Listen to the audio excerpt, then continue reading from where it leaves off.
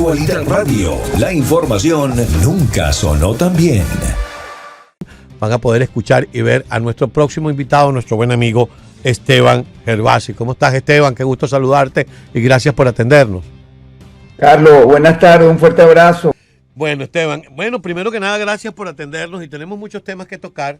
Hace minutos, tú que eres fiel oyente de este programa, imagino escuchaste nuestra conversación con Jaime Flores. Me gustó mucho, por cierto, porque oí a Jaime que estaba reconociendo el tema, lo que puede afectar. Él decía que posiblemente el tema migratorio afectaba las elecciones de medio término del año que viene, ¿no? Y eso es importante. Claro, y quisiera que comenzáramos por ahí porque tú has estado estudiando la más reciente encuesta de Atlas Intel. Y por eso hice la referencia que hice antes de darte la bienvenida. Porque cuando todo el mundo nos decía a través de los diferentes medios que esto estaba apretado, que podía ganar Kamala y Trump no iba a reconocer, Atlas Intel decía, aquí va a ganar la presidencia Donald Trump. Y no se equivocó, hizo un estudio serio, mostró números serios con un margen de error aceptable y los resultados son harto conocidos. Bueno, ahora, ¿qué nos dice Atlas Intel? Quisiera que lo compartieras con la audiencia.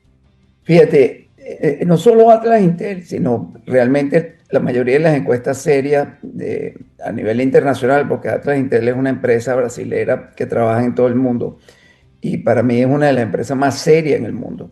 Pero hay otras como Gallup, como Big Data, la YouHo, Harvard Harris, la de Fox News, Morning Consult, Quinnipiac, todas esas empresas ahorita coinciden en algo. Primero tengo que reconocer al presidente Trump que ha tenido la luna de miel más larga que yo conozco. Ha tenido una luna de miel que ayer cumplió 6 meses. Y por supuesto, ya el país se va mermando y se va ajustando a su política. Y esto es importante que la gente lo entienda. Por primera vez, la semana pasada, el presidente Trump baja de 50% de su línea de favorabilidad. Y esto es importante porque todo el mundo cree que tú puedes gobernar 4 meses tratando de tener sostener unas políticas donde complace a más del 50% de la población. Al presidente Trump se le reconoce avances importantes en el tema de la economía, en el tema de enfrentar la delincuencia, el tema de la inmigración. Esos son temas bastante importantes que a él definitivamente lo favorecen. Hay otro tema que lo favorecen también, como es el tema de que ha logrado a nivel internacional ciertos acuerdos y ciertos resultados que son positivos. En el tema migratorio se le reconoce que frenó esa avalancha, ese tsunami de gente que llegaba permanentemente a Estados Unidos sin ningún tipo de regulación y que estaba creando una crisis social, porque además una crisis social, una crisis económica, porque nosotros los ciudadanos americanos tenemos que pagar y sostener a gente en hoteles 5 estrellas, alimentación, salud, educación y una cantidad de cosas.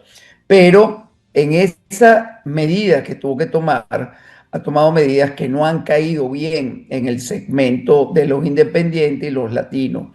Y eso es un problema que va a tener que corregir si es que quieren mantener la mayoría en la Cámara del Senado y en la Cámara en el Congreso.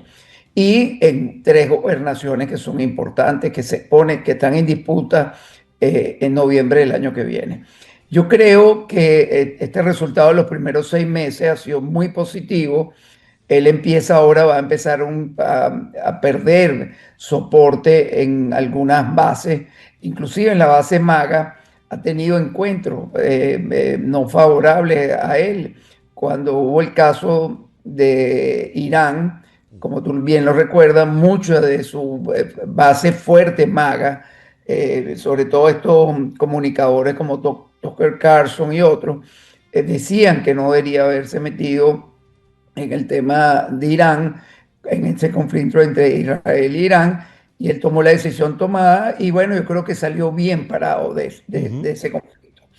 Pero él va a tener que corregir, sobre todo en el tema de cómo se está tratando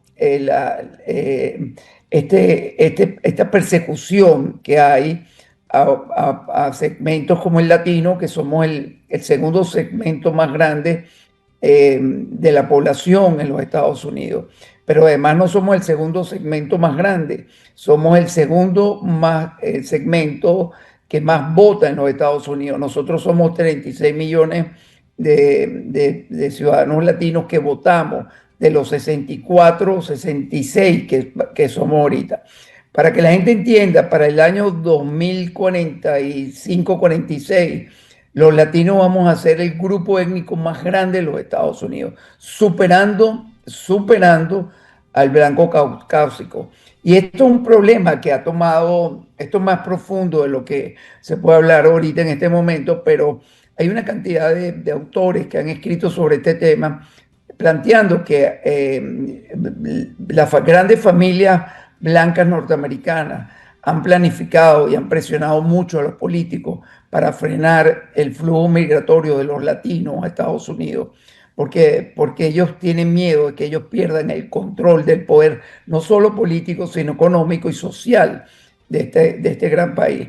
Pero esto es indetenible, porque además los que venimos, que somos de origen latino, tenemos hijos, tenemos nietos, esos nietos se vuelven a casar y hay una ramificación. Aquí ya familias latinas de quinta, sexta generación, que son empresarios muy exitosos, son médicos, son deportistas, son profesores, o sea, aquí los latinos somos una parte importantísima de esto. Y ese tratamiento que se le ha dado precisamente al trato de muchos latinos que estuvieron en condición o que están en condición de ilegalidad o están protegidos por el mismo Estado federal con un TPS, un parol o otra medida, no es lo que se esperaba. El presidente Trump, tú llevaste esa campaña, igual que Agustín, Marián y la radio, lo llevaban a diario. Él nunca prometió en su campaña eliminar el TPS,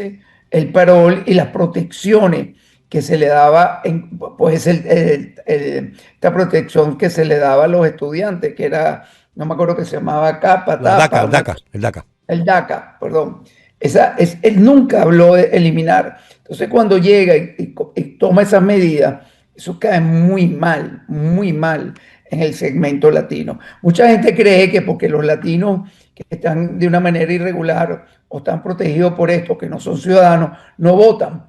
Pero es que el latino en su genética es muy solidario con sus compañeros, no solo de su propio país, sino de otros países. O sea, uno es solidario, yo que soy venezolano, soy solidario con mexicanos, hondureños, nicaragüenses, cubanos, colombianos, chilenos, ecuatorianos, peruanos, porque todos venimos a este país a producir, a desarrollar. Ahora, Esteban, en ese mismo punto te interrumpo un poco, echando mano de lo que hablábamos con Jaime, que tú lo escuchaste, ya me acabas de demostrar que lo escuchaste completo.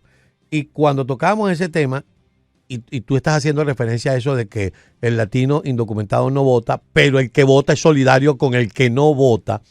Pero también Jaime decía que pudiera esto equilibrarse con los logros económicos que se puedan prolongar en lo que queda de este año y lo que falta para la elección de medio término. Y yo le agrego, porque tú decías, van a tener que corregir, va a perder soporte. ¿Tú no crees que de aquí a allá, si bien es cierto que en política los tiempos son los tiempos, pueden producirse o generarse algunas medidas que equilibren esas cargas? Porque tampoco es que el presidente Trump y sus asesores son tontos. Saben que pueden perder la mayoría en el Congreso. Pero fíjate, cuando tú te vas y tú hiciste referencia a Atlas Intel, que es una encuestadora súper seria, que hizo cómo el presidente Trump ha llevado cada uno de los temas. En el tema donde están peor evaluados es migración, 53% contra 42% a favor. Y en el tema económico lleva 52-36. O sea, todavía, y hay que reconocerlo, porque las encuestas son una fotografía de un momento de tiempo. No es que tú ni representa lo que viene en el futuro, es el presente tomado con una foto Polaroid. Esa instantánea que tú batías con la mano y salía el momento. Bueno, eso es. Y fíjate, él todavía en el tema económico no ha logrado llevar a una inmensa mayoría a pensar que ha tenido un éxito. Y eso es importante que la gente lo entienda. ¿Por qué? Porque la economía es un proceso, y Agustín y tú lo han hablado permanentemente como economistas, es un proceso lento. Tú no puedes lograr en 6 meses cambiar, bajar la inflación, parar el alto costo de los alimentos, de los servicios, de los seguros, de los impuestos. Acuérdate que todo esto son medidas que tienen, inclusive van relacionadas con el presupuesto este bello y grande que él aprobó, pero también tiene un problema con el FED, que no quieren bajar la tasa de interés. Entonces la gente no puede comprar apartamentos, no puede comprar casa para la producción de vivienda, de la construcción, que es una industria básica para la economía norteamericana. Entonces, aunque él hizo dos grandes promesas, que fue el tema migratorio y el cierre de la frontera, él no ha podido, la economía todavía no se le ve resultado. Ahora, podemos especular que de aquí a un año la economía va a estar buenísima, sí, pero tú no diseñas estrategias en un supuesto futuro incierto. Tú puedes planificar, pero tú tienes que también tomar en cuenta otros asuntos. Aquí se está ahorita, hay temas como los conflictos internacionales. Acuérdate que él prometió que en 30 días iba a acabar con la guerra entre Ucrania y Rusia. Oye, ¿sabes que ese ha sido un punto que se le ha hecho cuesta arriba al presidente? El presidente echó una llamada y arregló el tema Pakistán con la India. El presidente tomó una decisión, como tú bien has dicho, con el tema Irán, y a pesar de que muchos no lo celebraban, al final le salió muy bien.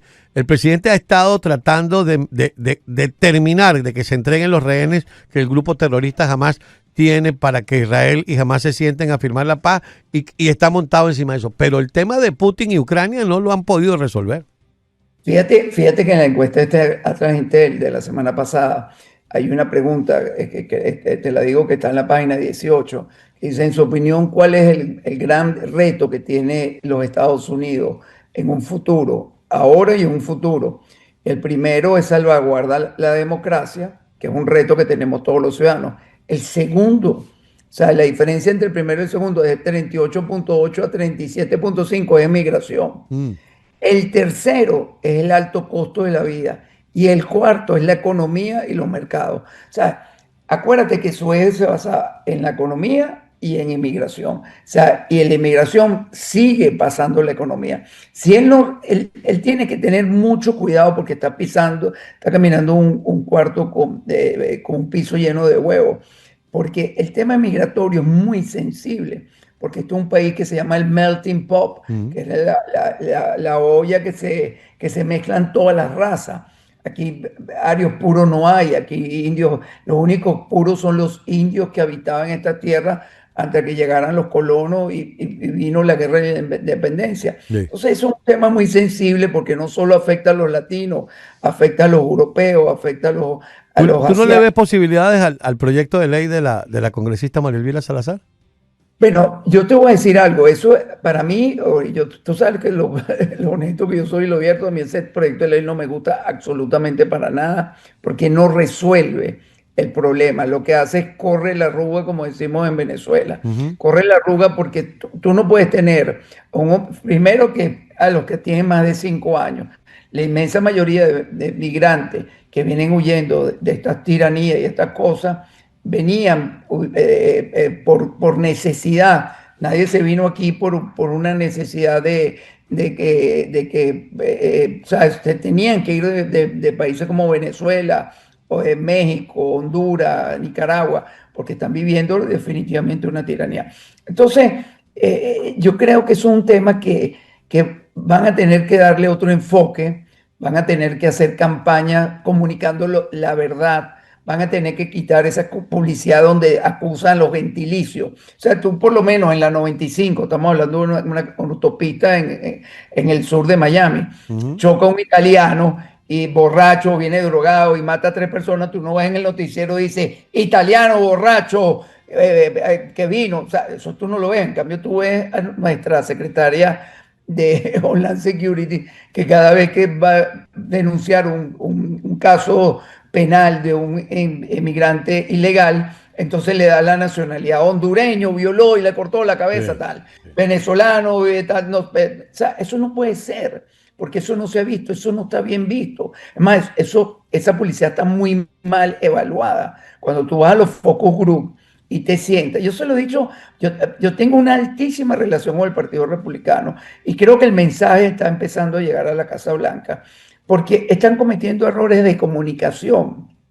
Esa Y era a mi lo que tú... próxima pregunta. Mi próxima pregunta era, porque hemos conversado tú, Agustín y yo sobre el tema de la falta de política comunicacional por parte de la administración. Y te iba a pedir que me hablara. Pasados estos 6 meses, continuamos pensando que ahí hay una grave falta todavía en cómo comunicarle a la nación lo que se ha logrado en materia económica, lo que se ha logrado en materia de política internacional y cómo se está manejando el tema migratorio. Yo creo que, fíjate, voy a empezar por detrás. Cuando tú ves la comunicación del secretario de Estado Marco Rubio, es impecable. Mm.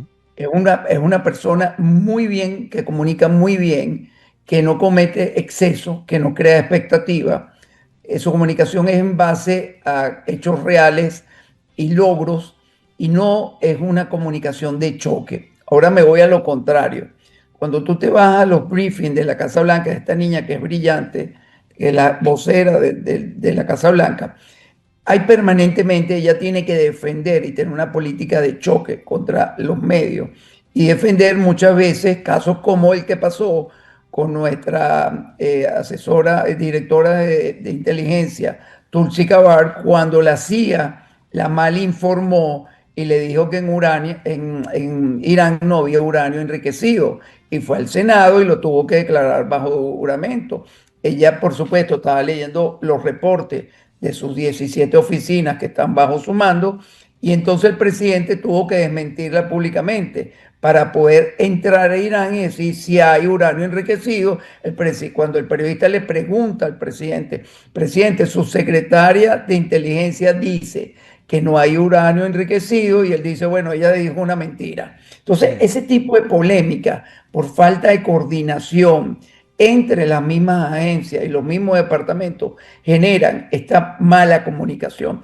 En el tema, fíjate, hay un tema importantísimo. Jaime lo trajo a colación, que es el tema del robo electoral del 2020. Es un tema que está bajo investigación. La directora de inteligencia lo ha mencionado 3 veces en los consejos de ministros, pero no sale la información. Entonces, se crea una gran expectativa. El mismo caso que pasa con la lista del famoso pedófilo de la isla de Einstein, Mm. que se creó una expectativa por años y fue oferta de campaña del presidente Trump, y al final nos matan con una rueda de prensa diciendo, bueno, no hay prueba, no voy a sacar los videos porque son terribles. Ajá, los videos son terribles, pero los videos, los actos contra los menores de edad, de violaciones y maltrato, ¿quién lo hizo? Si están los videos, tiene que haber un responsable.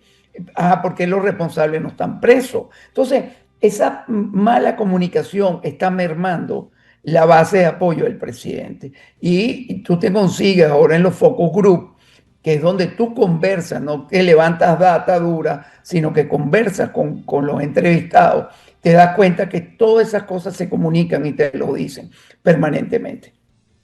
Yo creo que tienen que arreglar la política comunicacional, afinar un poco más y coordinar. Y sobre todo porque el presidente, que es un hombre que tiene experiencia en medio, como todos sabemos, a veces habla él y no deja que sea la política comunicacional la que habla. Entonces, y consigues a veces contradicción entre lo que él habla y lo que la política comunicacional No, y dice. tú puedes corregir eso porque tú puedes seguir la línea de él, pero lo que no puedes jugar es improvisación, Ujú. porque los periodistas que ya lo conocen, ¿qué hacen? Lo provocan con cualquier tipo de pregunta, y él a veces se excede. Cuando al día siguiente que salió el resultado de que nos iba a investigar más, que este señor Einstein no fue asesinado en la cárcel, y llegó un periodista y se lo pregunta en un consejo de ministros, él pica adelante y dice, bueno, vamos a seguir perdiendo el tiempo con este señor cuando hay temas más importantes. No, eso es un tema importante para la sociedad norteamericana, porque ese tema también lo pusimos nosotros, los de corte conservador y los republicanos en la campaña. O sea, Absolutamente. si no lo hubiera puesto, te Y digo, él mismo Venezuela. ofreció casi a título de amenaza, voy a publicar lo que tiene que ver con el señor Epstein. Exactamente. Eso es el caso que está pasando ahorita con las acusaciones al expresidente Obama, que toda la colusión con Rusia y todo ese invento que le hicieron para que Trump perdiera las elecciones en el 2016, entonces ellos lo saquen afuera y entonces no hay un cierre. Eso merma Por eso, en el soporte de la base. O por sea, eso mi primera pregunta siempre con relación a eso, hablándola con cualquier miembro del Partido Republicano, fíjate que es con un miembro del partido, esto va a llegar a feliz término, es decir, o se va a quedar en que Obama estaba allí con su equipo de la CIA, con su equipo del FBI, le inventaron esto a Donald Trump y se quedó así. ¿Y por qué se quedó así? Porque el establishment va a decir que no es conveniente con un expresidente. O por lo que decía Jaime, a lo mejor porque los medios van a apelar al expediente racial. Por lo que sea, si el hombre cometió delito, todos queremos saberlo. sí, fíjate, Carlos, lo más grave en una democracia, en un país como esto, es que te roben la voluntad popular. Así es. Y el caso del robo de la elección del 2020 se tiene que aclarar. Tú no puedes ir y vas pasando los años y no vas resolviendo las investigaciones. O sea, ¿cómo es posible que después de 60 años se liberan los expedientes del asesinato de Kennedy y todavía no hay responsable? Y eso es con el COVID, para ponerte otro ejemplo. Si sabemos que el COVID fue una pandemia inyectada por los chinos para perjudicar al presidente Trump en su elección, porque hicieron todo lo posible, le roban las elecciones, le meten el COVID, le bloquean, o sea, en el 2020. Entonces, nada de eso tiene un final. Y ese final, eso se va alargando y alargando. La gente va perdiendo la fe en sus instituciones, porque si yo tengo fe en las instituciones como el FBI o en el Departamento de Justicia, el Departamento de Tesoro, yo quiero ver los responsables, porque para eso pagamos nosotros impuestos. Por eso que creemos en este sistema de check and balance, de separación de No, poderes, y de algo mucho más elemental, Esteban. Por eso la gente vota.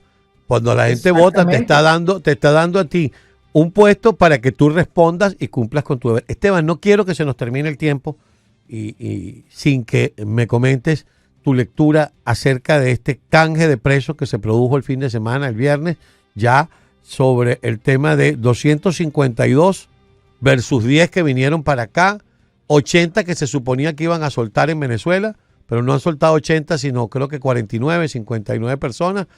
Y bueno, obviamente, lo han dicho la mayoría de los analistas, esto fue manejado no por el señor Grenell, sino por el secretario de Estado, que se anota haberse traído a 10 estadounidenses sin tener que entregar dinero ni ninguna concesión a Nicolás Maduro. Pero me gustaría tu lectura. Fíjate, yo creo que aquí te voy a hablar como ciudadano norteamericano.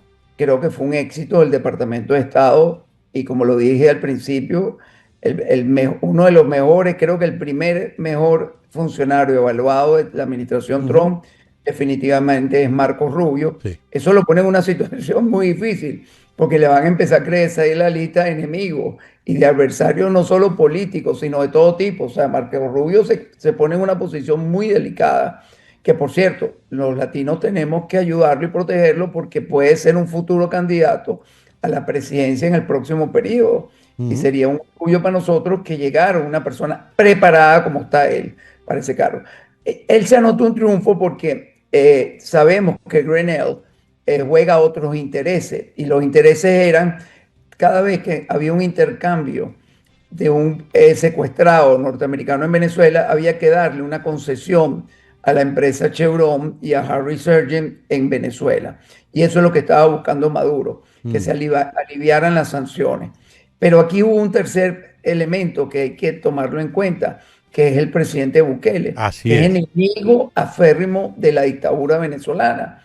Y Bukele le demostró al mundo la manipulación que permanentemente el discurso que tiene la narcodictadura venezolana, que todo el tiempo está diciendo que Bukele es un dictador, que Hitler, que maltrata a los presos, que los somete, que le dispara a diario, que los tenían torturados, y Bukele, gracias a Dios, los grababa todos los días pescando, haciendo parrilla, viendo televisión, y no todo eso, esa narrativa que Diosdado Cabello y Maduro tienen.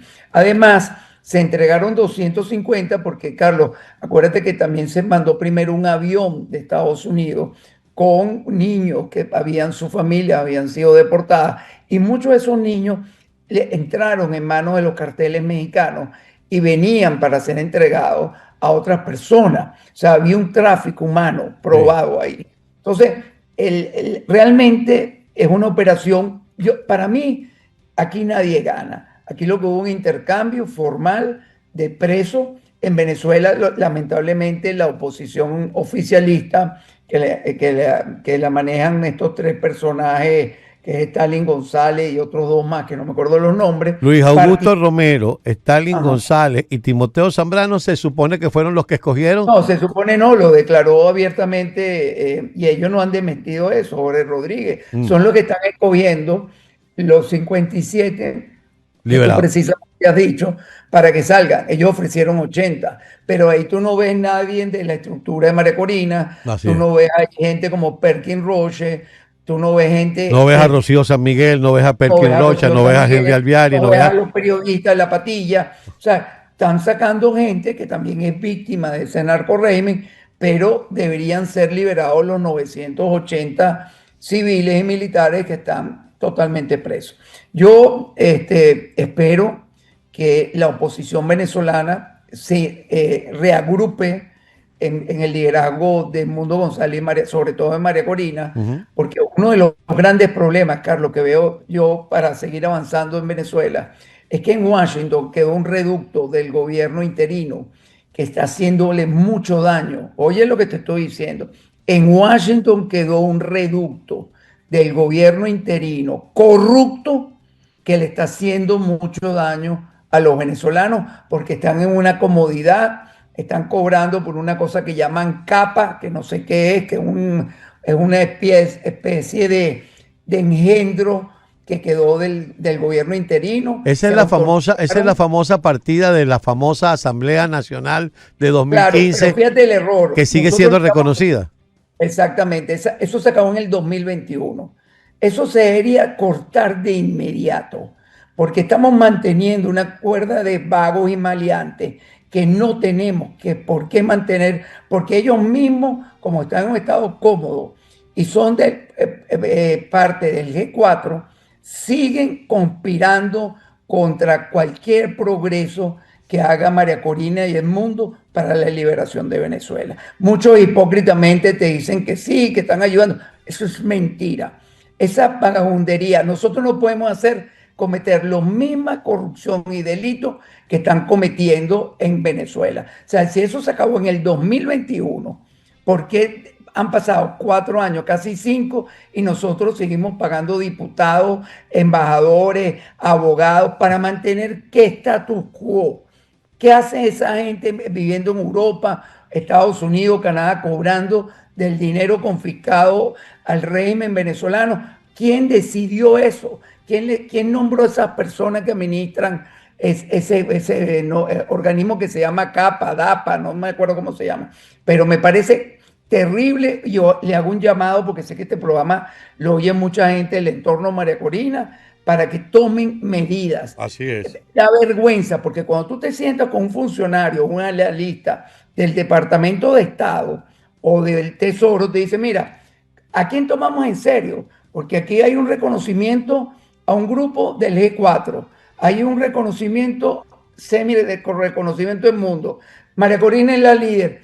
En Venezuela hay una oposición oficialista. Entonces, ustedes tienen un desorden que definitivamente les está haciendo un daño horrible. Por eso dije, ojalá la oposición seria se unifique en el liderazgo de María Corina y vamos en una sola estrategia.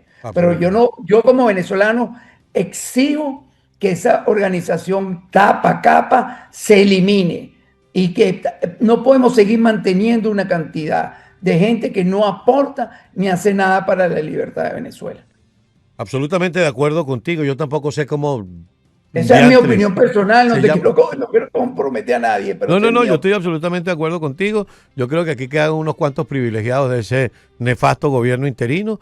Además de eso, no hay ninguno que justifique de qué vive y vive muy bien. Muy bien. Como decía el presidente Pérez, hay dos cosas que no se pueden ocultar, que es la tos y el dinero. Yo tengo tos y vivo cerrando este micrófono para que la gente no tenga esta distorsión a través de la radio. Pero el dinero, ellos no hacen nada por ocultarlo. Bueno, Esteban, te agradezco mucho y vamos a seguir pendientes de estos temas. Gracias, Carlos. Un fuerte abrazo. Un gran abrazo para ti, Bendiciones. amigos.